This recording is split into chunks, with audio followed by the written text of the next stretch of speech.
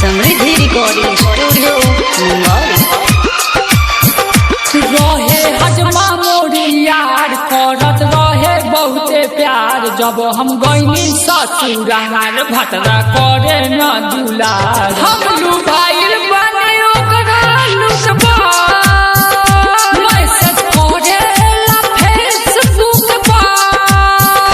रहे हजमा मोरी यार करत रहे बहुते प्यार, जब हम गईनी ससुराल भतरा करे न दुलार। हम लुभाइल बने ओकरा लुटबा, मैसेज करेला फेसबुक पर।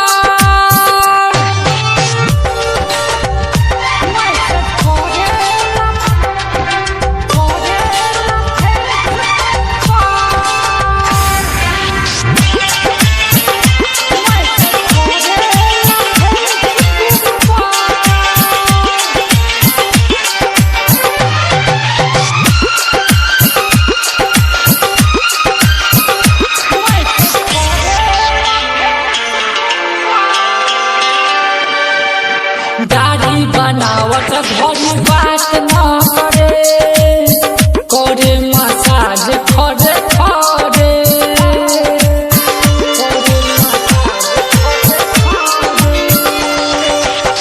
दाढ़ी बनावत घरी बात न करे, करे मसाज खड़े खड़े। केसवा कटला काके बाद सखी, पानी लगा के पट्टी बजे। अरे रात रात भर बतिया करी हम भतरा से अपना छुपा के।